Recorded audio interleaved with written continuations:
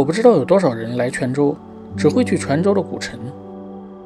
我上次来的时候，几乎就是和所有的游客一样，打卡式的访问了这里那些叫得上名字的地方，那2座宝塔，几个古寺，还有那个放着老子天下第一的山。泉州到底是个什么模样？我甚至觉得连走马观花都谈不上。哪个城市还没几个寺庙呢？还没几座塔呢？还没有几座名山呢？可能很多人都是这样糊里糊涂的就离开了泉州，然后又进入了下一个旅程。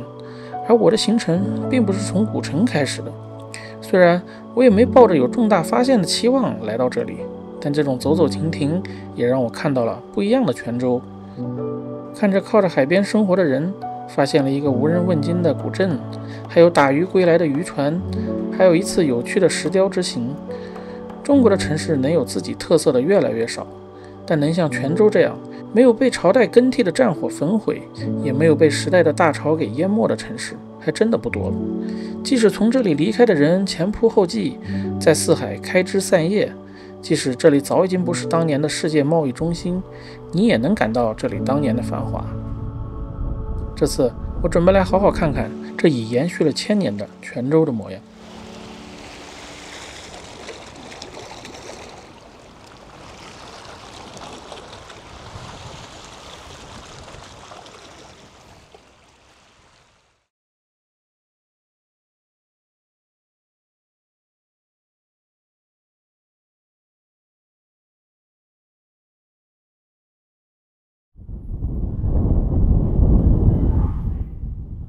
停留在这个泉州最普通的渔港边上，根本就不在我的计划范围之内。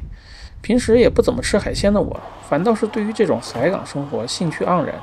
这很奇怪，海鲜市场扑面而来的乱七八糟的鱼腥味，也完全阻挡不了这种兴趣。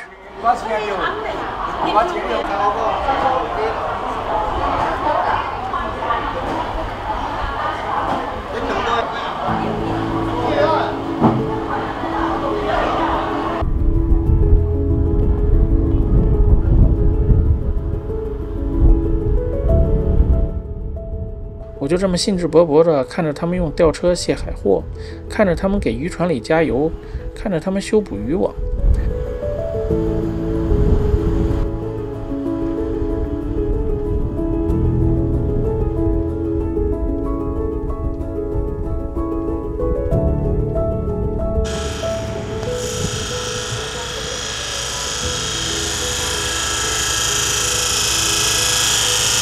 你好，他们这给渔船加油是吗？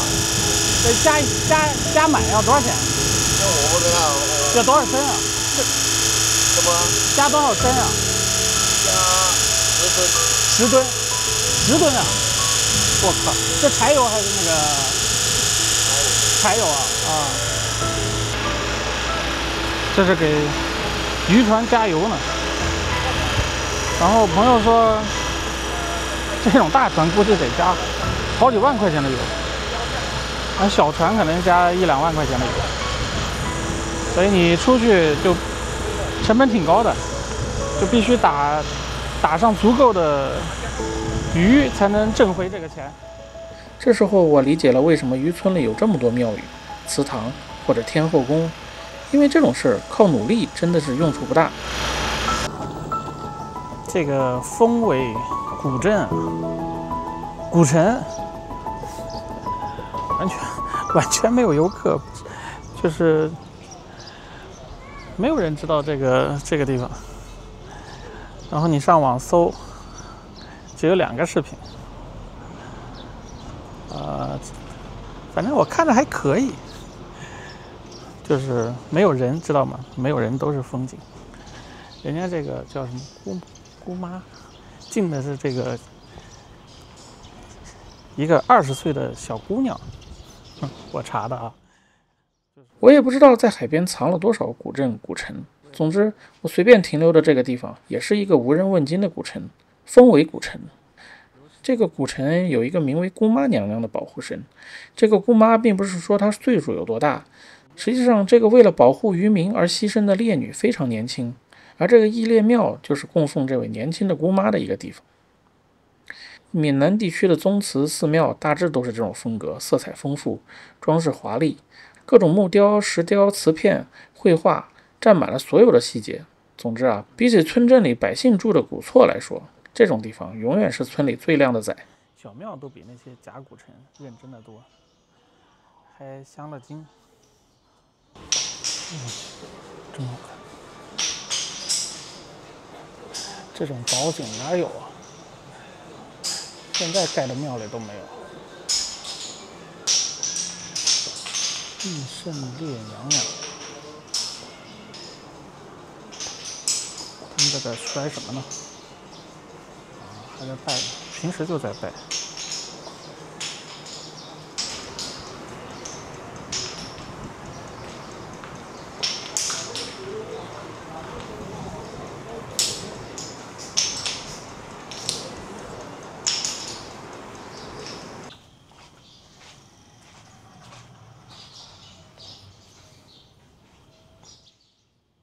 这是一座明朝建立的海防古城，最初是为了防御倭寇侵扰而设立的军事要塞。在清末民初，丰尾因为优良的港口的条件，成为了当时繁华的商业集镇，曾被当地人称为小上海。这里到处都有这种石头建的民居可以看，还有无人打理的古厝。我是趁着11前来的，这里没有任何游客。我想这种不知名的古城，即便是11也不会有多少人吧。反正你要是怕人多呢，这里的确是一个非常适合闲逛的去处。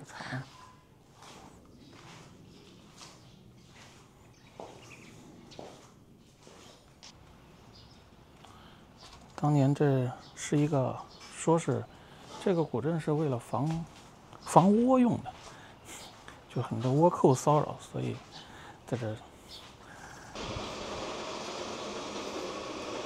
这啥？哟，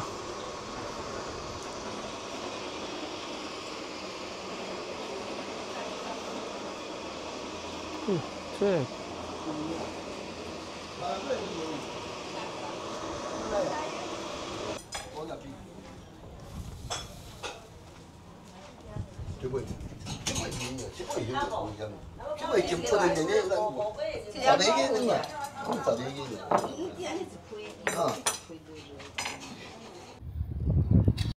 观海楼，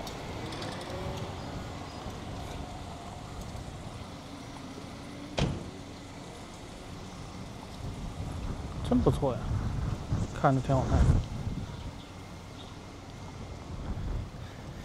这是这里最好的楼了。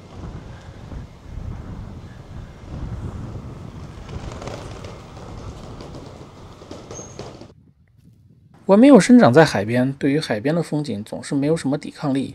现在这个海港看起来非常平静，和这里的渔村一样，但我总能从那些故事传说里脑补出一些画面放在脑子里，什么巨大的战船呀，什么炮火连天呀，然后这片海可能比起那些寺庙祠堂更具历史感。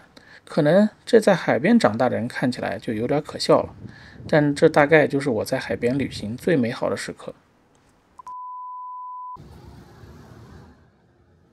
没有计划的旅行就会变成一个惊喜接着另一个惊喜。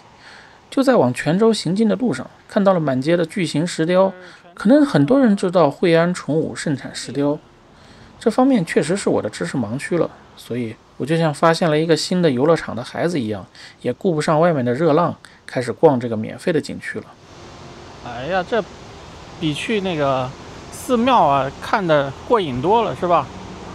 这个应该是过去大基建的时候比较好卖吧，什么小区里啊哪都放一大堆，你还有钱盖寺庙，现在就不知道了啊，现在不知道他们生意怎么样。看看有标价吗？没有标价。童子鱼也雕的有点粗糙，真可爱。这要放在村口是吧？这要放在村口也是个吉祥物啊。这个白云跟黑土下喝茶呢。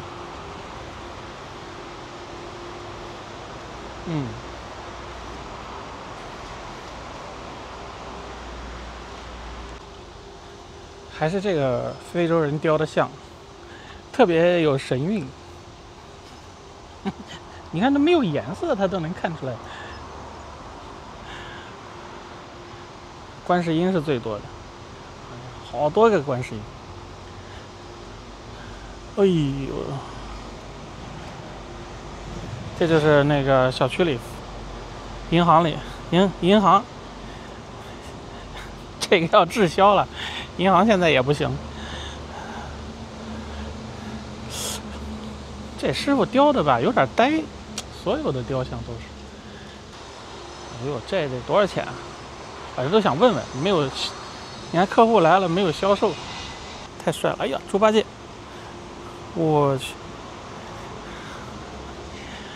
逛这儿实在太有意思了。你看有喜感吧？蜘蛛侠那个第1集里面那个大反派啊。哎，你不知道为什么？这绝对是一个师傅的手法。你看，这里放了非常多的雕像啊，但是你看面部表情风格都很一致啊。你看这些底下这些，这个很便宜啊。我们抬头上看上面这观音长得也都一样是吧？啊，这个不太一样了，这个罗汉就不一样了，这一定比较贵了啊！这个雕的就非常好了。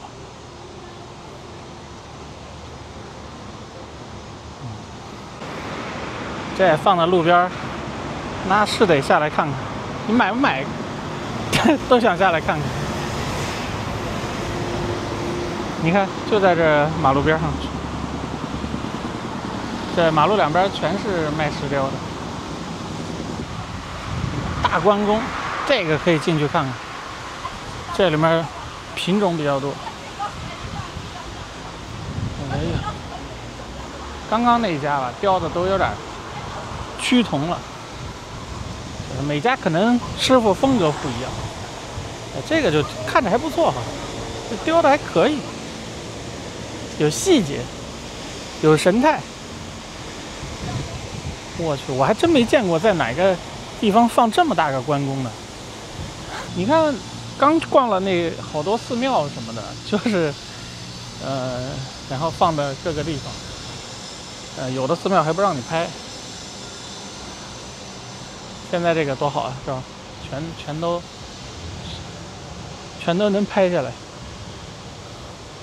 这个价格？对呀，就比如说这种最大的和那个小一点的，对。这个可能这得200万。这个100-200万就能拿了。我是普通人啊，就对我还以为这种东西就是要快要千万。要去进去做一下合家常吗？没有，我就随便在这聊一下，我一会儿还得去别的地方，我就拍泉州呢，正好把泉州这可以带一下，因为我做城市纪录片的。对。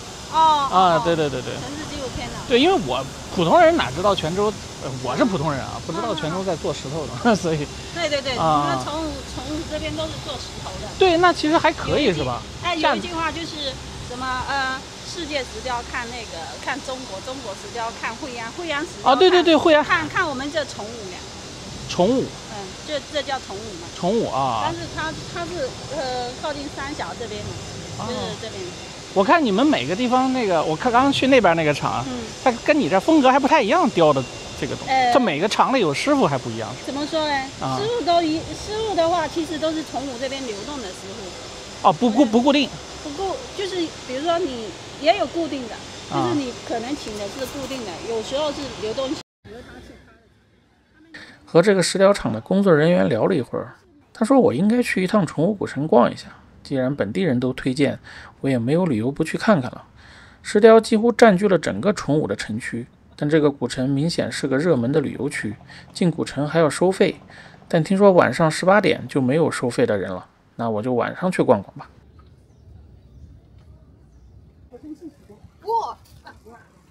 听说6点免费进场，我就晚上来溜一圈吧。这无人机都飞这么低了，这干嘛呢？我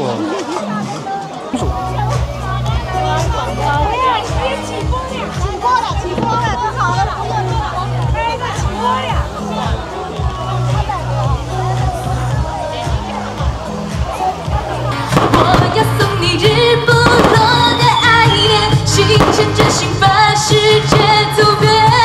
你就是今天，你就是今天。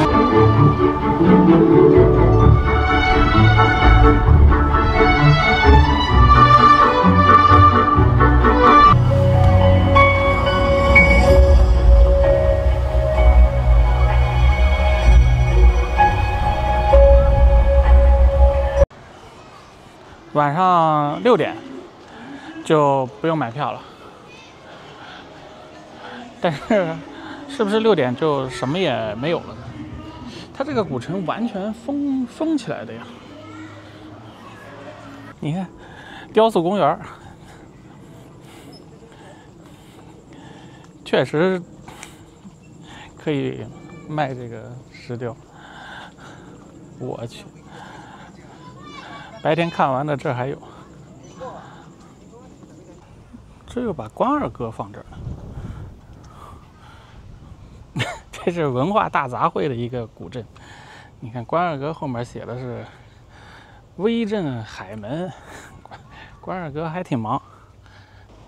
以后你们镇上有个名人都得到这个镇来订购产品啊。这戚继光。这放的作用就是看海门。哎呀，这祠堂是晚上开的。哦，关门了。还挺大，你看。哎呀，这个古城，这里面是吧？然后你们看外面，那你确实不该收钱，我觉得。这全外面热闹的，所以大家来啊，晚上来，来这个古城里面乘凉就行了，不然看啥呢？可能有一些古迹吧，我也不想去。你们看我逛了半天还没有进泉州城呢，但这时候我已经玩了2天了。其实这一集就是一个预告片，正片呢请看下集。相信美好永远对的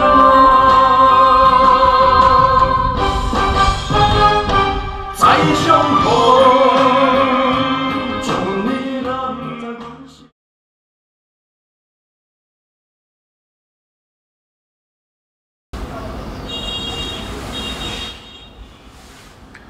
泉州是一座真的古城，绝不是因为这里被评为了世界遗产。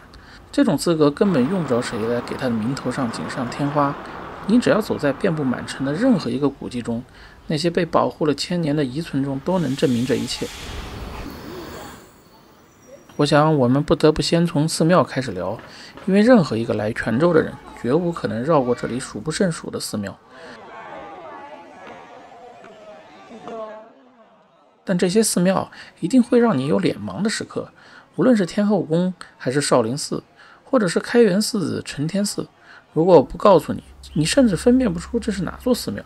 这绝对不是说这些寺庙毫无特色，我大概理解为这是闽南地区一定有自己的一套风格或者偏好。在泉州少林寺，没有看到任何武僧，甚至僧人都没有被我碰见。看到的只有藏在榕树阴凉处的平静，而这种平静，你在泉州绝大多数的寺庙里都能感受到。泉州的寺庙有1000年的历史，不过他们把寺庙维护得非常细致，你可要仔细寻找，才能发现这里历史的痕迹。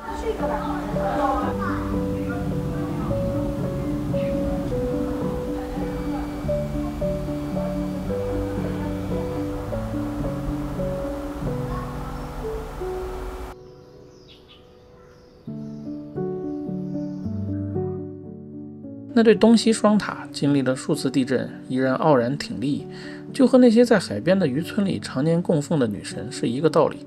这2座塔就是过去泉州人的精神地标。游客来看的是历史，本地人看到的就是信仰。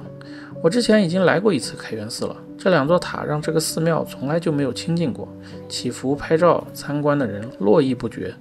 总之对我而言啊，热闹就不宜久留，这样我就顺利的又打了一次卡。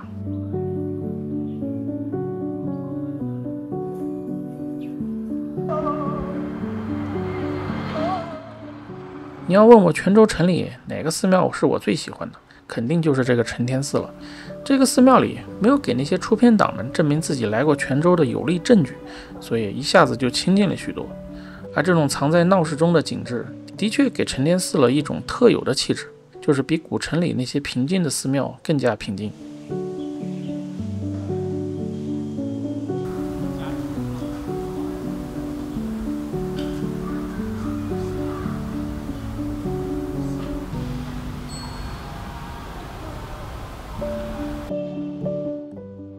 除了平静，还有超强的烟火气。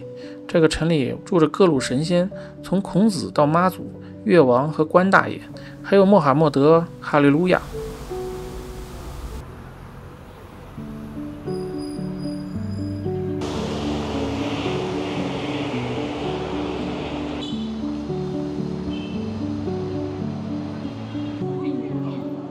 关庙现在也包揽这个招财的功能。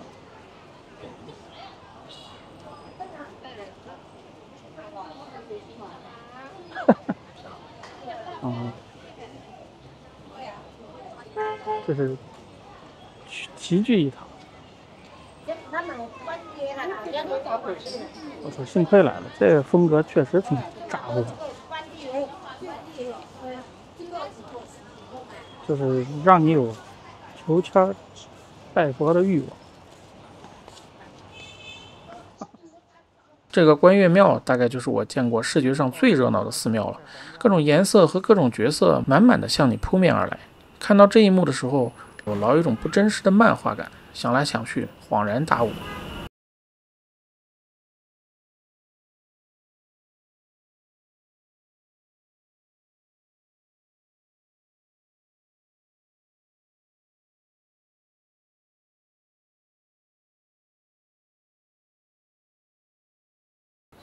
看来泉州可真的是世界的宝贵遗产啊！不用拍照，来里面不拍照。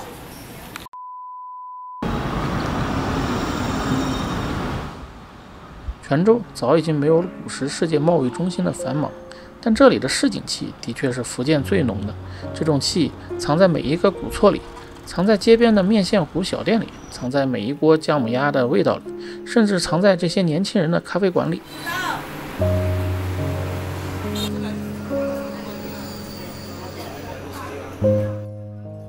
你也可以和我一样，在这里的小巷子里转悠转悠大半天，然后我又忽然开始脑补了，这次想起的是北京的胡同。这是不是有转胡同的感觉？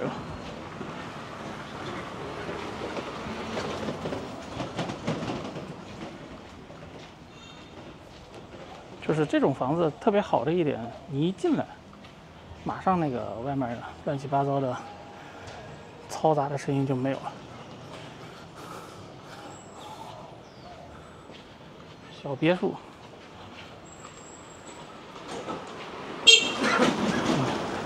就是我现在甚至觉得他们应该把这个电动车，限到15，然后呢把这个喇叭给取消掉，就是15，反正你也撞不着人。你又不管他们开的又飞快。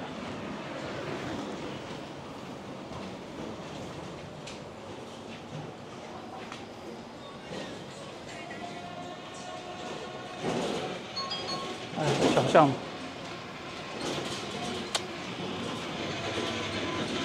我发现什么差别了？就是他这房子盖的吧，就是风格不统一，哈哈，就是各式各样的。他如果说能都保持原来那个调性，就挺好。你看胡同就不是这样，那北京的胡同都长基本上就是烂的好的，它都长了一个风格。这样就比较好看。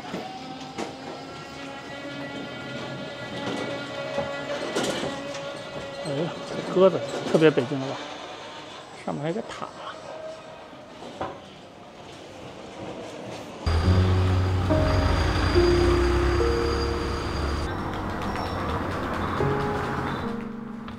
当我走到这家小店的时候，发现这家店的装修有点不走寻常路，就停下来拍了一下，这下就被老板给抓住了。这报纸都是我，哎，新华社，对。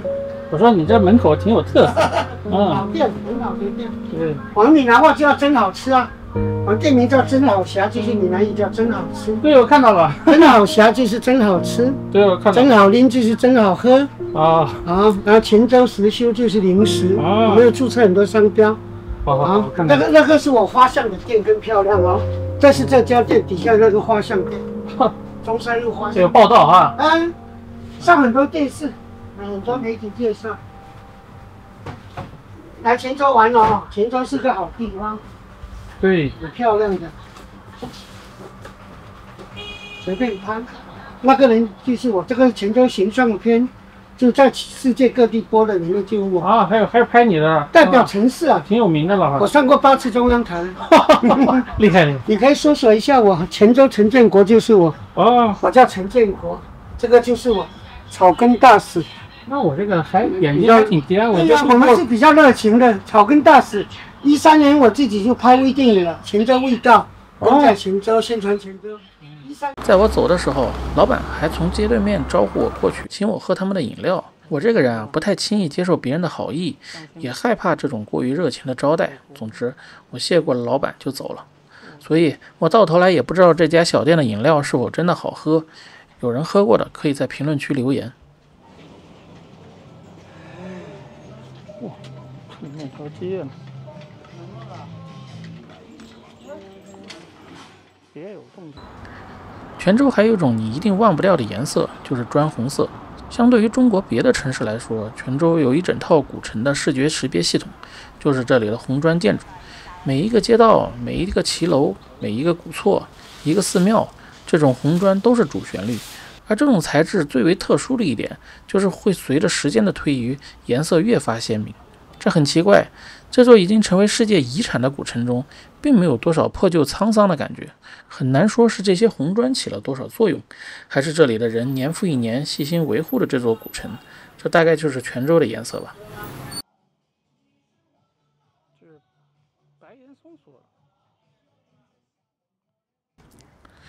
当然，古城外面就是另一番景象了。说实话，其实这也是泉州的另一面。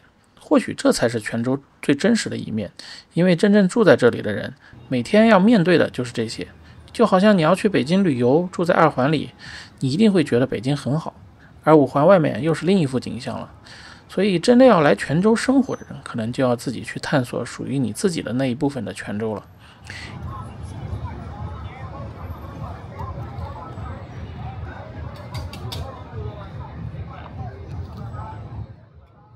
一定有人问我为什么没有去巡捕村。实话实说，在泉州这几天，满街都是簪花的女孩，我大概也是看够了。我又不是个女性博主，而且我还是个大胡子，总不至于我也去弄一头簪花来拍一段吧。不过我想我可能确实是时代的前浪。你们看这个。